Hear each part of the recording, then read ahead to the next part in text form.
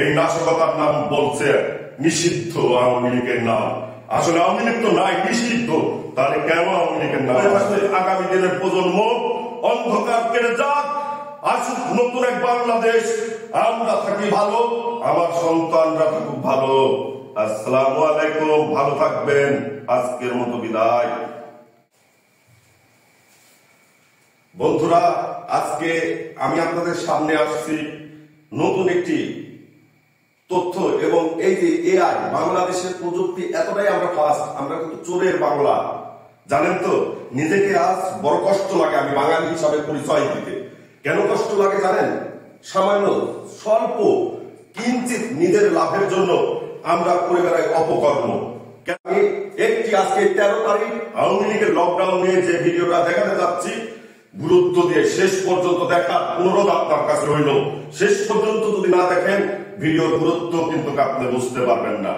শেষ পর্যন্ত যদি না দেখেন, ভিডিওর যে মর্ম এবং বাংলাদেশে এখনো যে অপপ্রচার চলছে সেটা সম্পর্কে আপনি বুঝবেন না। আমরা কিন্তু সবাই শিক্ষিত না, আমরা এখনো পা ফাটা বাঙালি, আমরা মাঝে হাতে বাঙালি। আমাদের এই বাংলাদেশে আমরা সহজ সরল বুঝি, সাদা খাই সাদা চলি।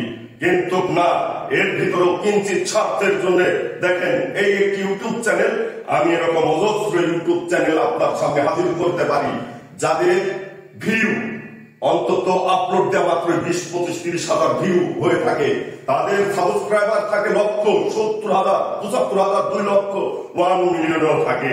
তারা কিন্তু চালায় অপপ্রচার। আপনি আমি ভিডিও ছাড়া মাত্রই মনে করেন পৌঁছে যায় হাজার হাজার মানুষের কাছে।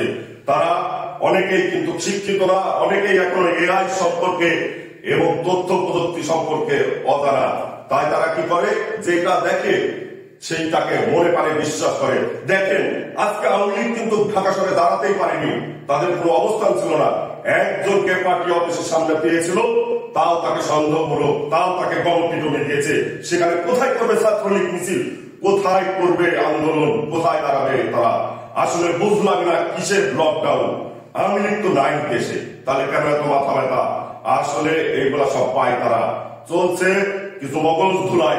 এই যে দেশব্যাপী চলছে নাশকতা, আগুন তাণ্ডব চলছে, নিরীহ মা বোনদের প্রাণ এবং বিবেক নিয়ে কোনো হাহাকার নাই, তারা করছে অনায়াসে খুন। এবং এই সন্ত্রাসী রূপ, এই আগুন রূপ কাদের মাঝে বিরাজ পায় সেটা আপনারা কিন্তু জনগণ জানেন। আপনারা কিন্তু বাঙালি জানেন যে এই নাশকতা কাদের দ্বারা সম্ভব। কিন্তু আজকেও এই নাশকতার নাম বলছে নিষিদ্ধ আওয়ামী লীগের নাম। আসলে আওয়ামী লীগ তো নাই, নিষিদ্ধ। তাহলে কেন আওয়ামী লীগের নাম আসছে? ভালো কথা। আপনাদের কাছে প্রশ্ন থাকলো, আপনাকে আমি ভাড়া করতে পারি, টাকা দেন, কত লাগবে টুকায়, দেশব্যাপী ছড়িয়ে দেবো নাশকতা।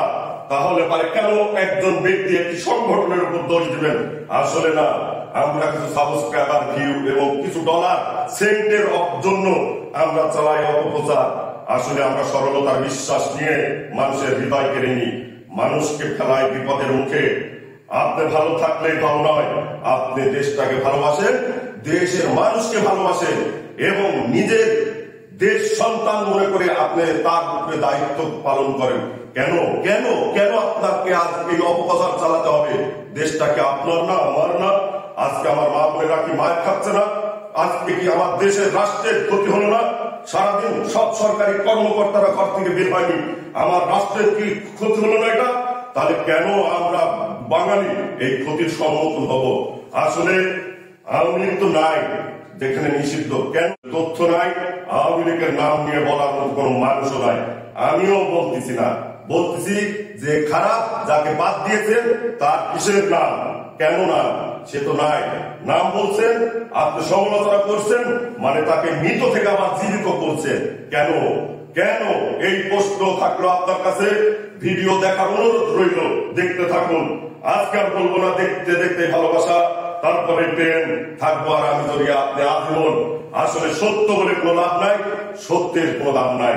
আমার সত্য বলায়, আমার সত্য দেখানো কেউ দেখে না, কেউ বললে তো আপনি ধরা। আমি হয়তো আজকে ভিডিও বলতেছি আপনাদের সামনে প্রচার করার জন্য, আমার অন্তরে জানে আমার সৎ উদ্দেশ্য, আমি কোনো পক্ষ না, তারপরে হয়তো হয়ে গেল অনেক পক্ষের। আমি চাই আমার দেশ ভালো থাকুক, আমার সন্তান ভালো থাকুক, আমার মা আমার জননী যেমন আমার এই দেশটাও তেমন সে ভালো থাকুক। আমি আমার ভালো বলাই আমার বাক স্বাধীনতার 5টি কোনটাই আজ নেই। আমরা রোহিঙ্গা তাড়িয়ে দেন দেশ থেকে। আমরা কি দোষ করেছি? দোষ করলে করেছে 300 এমপি, দোষ করলে করেছিল শেখ হাসিনা। মানুষের এই ভুল থাকে, যদি তারা দোষ করে থাকে দেশে আনেন, এটা তাদেরকে সাজা দেন। আমি এক বাক্যে বলবো, আমার রাষ্ট্রের সম্পদ যে লুণ্ঠন করবে সে আমার মায়ের গর্ভের ভাই হলেও আমি তার শত্রু। তাকে উচিত সাজা দিন, করুণ সাজা দিন, দৃষ্টান্তমূলক হয়ে থাকুক আগামী দিনের প্রজন্ম। অন্ধকার কেটে যাক, আসুক নতুন এক বাংলাদেশ। আমরা থাকি ভালো, আমার সন্তানরা থাকুক ভালো। আসসালামু আলাইকুম, ভালো থাকবেন। আজকের মতো বিদায়। আওয়ামী লীগের ঘোষিত লকডাউন কর্মসূচি ঘিরে ধাওয়া পাল্টা ধাওয়ার মধ্য দিয়ে চলছে সকাল সন্ধ্যা হরতাল। নারায়ণগঞ্জে 2500-এ বিএনপির নেতা কর্মীদের সাথে পুলিশের সংঘর্ষ, টিয়ার গ্যাস ও রাবার বুলেট নিক্ষেপ। রাজধানীর গুলিস্তানে এই মুহূর্তে আমরা দেখছি নিষিদ্ধ সংগঠন ছাত্রলীগের একটি বিক্ষোভ মিছিল বের করছে। এই মুহূর্তে আপনারা দেখতে পাচ্ছেন, আমরা দেখছি যে 400-500 লোকজন তাকিয়ে আছে, সেটি আমরা দেখতে পাচ্ছি একটি বেড়া।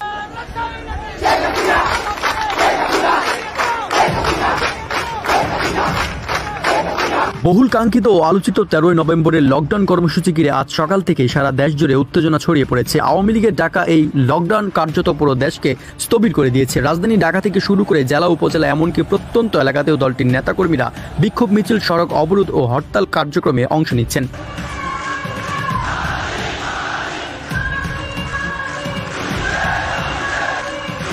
সকাল থেকে রাজধানীর বিভিন্ন গুরুত্বপূর্ণ সড়কে টায়ার জ্বালিয়ে মিছিল ও স্লোগানে মুখর হয়ে ওঠে শহর। ঢাকার গুলিস্তান, পল্টন, মোহাম্মদপুর, মিরপুর সহ বিভিন্ন এলাকায় আওয়ামী লীগের নেতাকর্মীদের উপস্থিতি ছিল চোখে পড়ার মতো। এদিকে চট্টগ্রাম, খুলনা, রাজশাহী, সিলেট সহ দেশের বিভিন্ন এলাকায় দলটির অনুরাগীরা রাস্তায় নেমে আসেন, ফলে যান চলাচল কার্যত বন্ধ হয়ে পড়ে।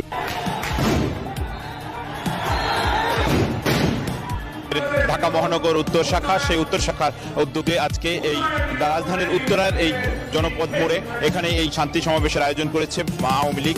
দলীয় সূত্রে জানা গেছে, সরকারের প্রতি সমর্থন পুনর্গঠনের অংশ হিসেবে এই কর্মসূচি ঘোষণা করা হয়েছিল। আওয়ামী লীগের নেতাকর্মীরা দাবি করছেন জনগণ স্বতঃস্ফূর্তভাবে লকডাউন কর্মসূচি পালন করছে, যা তাদের মতে দলটির প্রতি জনগণের আস্থারই প্রমাণ। মব সন্ত্রাসের জনক, অবৈধ অসাংবিধানিকভাবে ক্ষমতা দখলকারী, অর্থ ক্ষমতালোভী ফ্যাসিস্ট ইউনূসের পদত্যাগ, অবৈধ আইসিটি আদালতে জাতির পিতা বঙ্গবন্ধু শেখ মুজিবুর রহমানের সুযোগ্য কন্যা মাননীয় প্রধানমন্ত্রী দেশরত্ন শেখ হাসিনার বিরুদ্ধে দায়েরকৃত সকল মিথ্যা মামলা প্রত্যাহার ও সকল রাজবন্দীদের মুক্তির দাবিতে 10, 11, 12 এবং 13 এই 4 দিন ব্যাপী এদেশের গণমানুষের প্রাণপ্রিয় দল বাংলাদেশ আওয়ামী লীগ মাননীয় নেত্রী প্রধানমন্ত্রী শেখ হাসিনা কর্মসূচি ঘোষণা করেছেন। অন্যদিকে সাধারণ মানুষ বলছে, সারা দেশ জুড়ে চলমান এই তাণ্ডবে জনজীবন বিপর্যস্ত হয়ে পড়েছে। বাজার, অফিস, শিক্ষা প্রতিষ্ঠান বন্ধ থাকায় কর্মজীবী মানুষদের ভোগান্তি চরমে উঠে গিয়েছে। রাজনৈতিক বিশ্লেষকরা বলছেন, 13ই নভেম্বরের এই লকডাউন কর্মসূচি আওয়ামী লীগের জন্য একটি বড় পরীক্ষার দিন ছিল, যা বাস্তবে দলটির সাংগঠনিক ক্ষমতা ও রাস্তায় প্রভাব প্রদর্শনের এক বহিঃপ্রকাশ। দিন শেষে বলা যায়, বহুল প্রতীক্ষিত 13ই নভেম্বরের লকডাউন কর্মসূচি প্রায় সফলভাবে সম্পূর্ণ করতে পেরেছে Awami League. Sheikh Hasina has not resigned. She is still the Prime Minister of Bangladesh. She should be reinstated. Yunus is a fraud. 13 তারিখ সকাল থেকে সন্ধ্যা পর্যন্ত ঢাকা মহানগরীতে প্রতিবাদ এবং বিক্ষোভ অনুষ্ঠিত হচ্ছে এবং হবে। বাংলাদেশের রাজনীতি হঠাৎ করে নতুন এক মোড় নিয়েছে। 13ই নভেম্বর আওয়ামী লীগের ঘোষিত লকডাউন কর্মসূচিকে প্রকাশ্যে সমর্থন জানিয়েছে যুক্তরাষ্ট্রের প্রেসিডেন্ট ডোনাল্ড ট্রাম্প। গতকাল রাতে টুইটারে এক ভিডিও বার্তায় তিনি শেখ হাসিনা ও বাংলাদেশ আওয়ামী লীগকে শুভেচ্ছা জানিয়েছেন। টুইটে তিনি বলেন, আমি বাংলাদেশের উন্নয়ন, স্থিতিশীলতা ও শক্তির পক্ষে। শেখ হাসিনা ও আওয়ামী লীগ সবসময় বাংলাদেশের মানুষের জন্য কাজ করেছে, আমি তাদের পাশে আছি।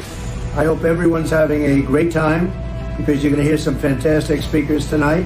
এই টুইট প্রকাশের পরপরই দেশের রাজনৈতিক অঙ্গনে শুরু হয়েছে প্রবল আলোড়ন। আওয়ামী লীগ নেতাকর্মীদের মধ্যে তৈরি হয়েছে নতুন উদ্দীপনা ও আত্মবিশ্বাস। অন্যদিকে বিরোধী দলগুলোর শিবিরে দেখা দিয়েছে চরম অস্থিরতা, উদ্বেগ। বিশ্লেষকরা বলছেন, ডোনাল্ড ট্রাম্পের এই প্রকাশ্য সমর্থন শুধু একটি টুইট নয়, এটি আন্তর্জাতিক অঙ্গনে বাংলাদেশের রাজনৈতিক বাস্তবতাকে নতুনভাবে সংজ্ঞায়িত করতে পারে।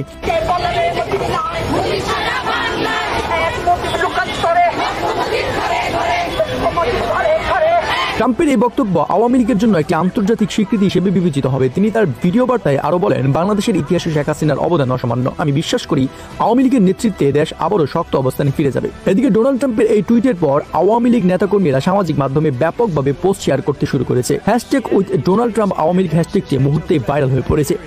Thousands and thousands of Christians are being killed.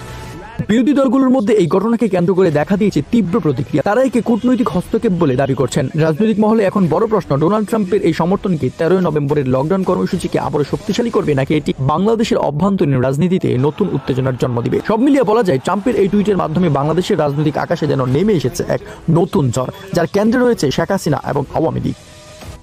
কার্যক্রম নিষিদ্ধ আওয়ামী লীগের ঘোষিত লকডাউন কর্মসূচি ঘিরে রাজধানী সহ সারা দেশে সর্বোচ্চ সতর্ক অবস্থায় আইন শৃঙ্খলা বাহিনী। রাজধানীর গুলিস্তানে এই মুহূর্তে আমরা দেখছি নিষিদ্ধ সংগঠন ছাত্রলীগের একটি বিক্ষোভ মিছিল বের করছে। এই মুহূর্তে আপনারা দেখতে পাচ্ছেন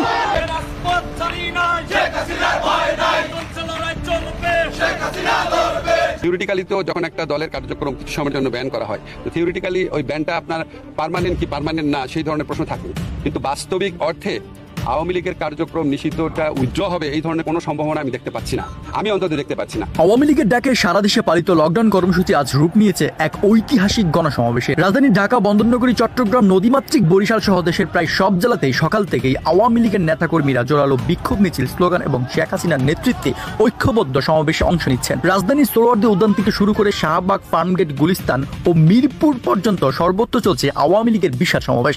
জনতার ঢল এমন পর্যায়ে পৌঁছে গিয়েছে যে সাধারণ যান চলাচল প্রায় বন্ধ হয়ে গেছে। কি বার্তা দিতে যাচ্ছেন বা কিভাবে আপনারা সংগঠিত হবেন, কি বার্তা নিচ্ছেন? আগামী দিনে জননেত্রী শেখ হাসিনার নেতৃত্বে আবারও আমরা একটা সুন্দর বাংলাদেশ, এটাই আমরা এই মেসেজটা এখান থেকে নিতে এসেছি ছাত্র সমাজকে নিয়ে। আমরা আজকে বাংলাদেশের বৃহৎ সংগঠন, বাংলাদেশের প্রাণীর স্পন্দন, জননেত্রী শেখ হাসিনার হাতে গড়া সংগঠন বাংলাদেশ ছাত্রলীগের পক্ষ থেকে আমরা বগুড়া ছাত্রলীগের নেতৃবৃন্দের সাথে আজকে আমরা এই সমাবেশে যোগ দিতে এসেছি। আমরা বগুড়া থেকে এসে আমরা বগুড়া সহ সারা বাংলাদেশের নেতাকর্মীদেরকে জানান দিতে চাই, আমরা বগুড়া থেকে আগামী দিনে বিএনপি জামাতের যে চক্রান্ত নৈরাজ্য সৃষ্টি করার পায়তারা করছে, আমরা বগুড়া থেকে রাজনৈতিক বিশেষজ্ঞরা বলছেন, গণ অভ্যুত্থানের 1 বছরের মাথায় আওয়ামী লীগের এভাবে হঠাৎ করে রাজনীতির লাইমলাইটে ফিরে আসা নিঃসন্দেহে বাংলাদেশের রাজনৈতিক প্রেক্ষাপটে একটি বড় বার্তা বহন করছে। তারা বলছেন, এই গণজোয়ার প্রমাণ করে দলটি এখনো দেশের রাজনৈতিক মাটিতে শক্তভাবে দাঁড়িয়ে আছে। এদিকে ঢাকার বিভিন্ন জায়গায় আওয়ামী লীগের ব্যানার, পেস্টুন ও শেখ হাসিনার ছবি সম্মিলিত পোস্টারে ছেয়ে গেছে। সকাল থেকে সন্ধ্যা পর্যন্ত লকডাউন কর্মসূচি চলাকালীন কোথাও কোথাও শুধু স্ফূর্তভাবে জনতা শেখ হাসিনার নামে স্লোগান দিতে শুরু করলে পুরো এলাকা মুখরিত হয়ে ওঠে। 13 নভেম্বরের এই লকডাউন কর্মসূচি শুধু আওয়ামী লীগের শক্তি প্রদর্শনী নয়, বরং এটি একটি দলের পুনর্জাগরণের প্রতীকও বটে। সোহরাওয়ার্দী উদ্যানের ছাত্রলীগের সর্বকালের স্মরণকালের সবচেয়ে বড় যে মহাসমাবেশ, এই মহাসমাবেশে কিন্তু নেতাকর্মীরা ইতিমধ্যে দল করেছে এবং নেতাকর্মীদের এই আজকের এই দলকে কেন্দ্র করে আমরা আপনাদের সরাসরি যুক্ত করেছি এবং দেখানোর চেষ্টা করছি সোহরাওয়ার্দী উদ্যান। অনেকে মনে করছেন, এই কর্মসূচির মধ্য দিয়ে শেখ হাসিনার নেতৃত্বে আওয়ামী লীগ আবারও দেশের রাজনৈতিক মঞ্চে তাদের পুরনো শক্তি অবস্থান ফিরে পেতে যাচ্ছে। এক ভার্চুয়াল সাক্ষাৎকারে আওয়ামী লীগের এক নেতা বলেন, আজকের এই কর্মসূচি প্রমাণ করছে শেখ হাসিনা এখনো বাংলাদেশের রাজনীতির কেন্দ্রবিন্দু। জনগণ এখনো তাকে ভালোবাসে, তার নেতৃত্বে বিশ্বাস রাখে। সন্ত্রাসের জনক, অবৈধ অসাংবিধানিকভাবে ক্ষমতা দখলকারী, অর্থ ক্ষমতালোভী ফ্যাসিস্ট ইউনূসের পদত্যাগ, অবৈধ আইসিটি আদালতে জাতির পিতা বঙ্গবন্ধু শেখ মুজিবুর রহমানের সুযোগ্য কন্যা মাননীয় প্রধানমন্ত্রী দেশরত্ন শেখ হাসিনার বিরুদ্ধে দায়েরকৃত সকল মিথ্যা মামলা প্রত্যাহার ও সকল রাজবন্দীদের মুক্তির দাবিতে 10, 11, 12 এবং 13 এই 4 দিন ব্যাপী এদেশের গণমানুষের প্রাণ প্রিয় দল বাংলাদেশ আওয়ামী লীগ মাননীয় নেত্রী প্রধানমন্ত্রী শেখ হাসিনা কর্মসূচি ঘোষণা করেছেন। 10, 11, 12 এবং 13 সারা বাংলাদেশের সকল জেলা এবং উপজেলার প্রতিবাদ এবং বিক্ষোভ অনুষ্ঠিত হচ্ছে এবং হবে। 13 তারিখ সকাল থেকে সন্ধ্যা পর্যন্ত ঢাকা মহানগরীতে লকডাউন পালন করুন। এই লকডাউনে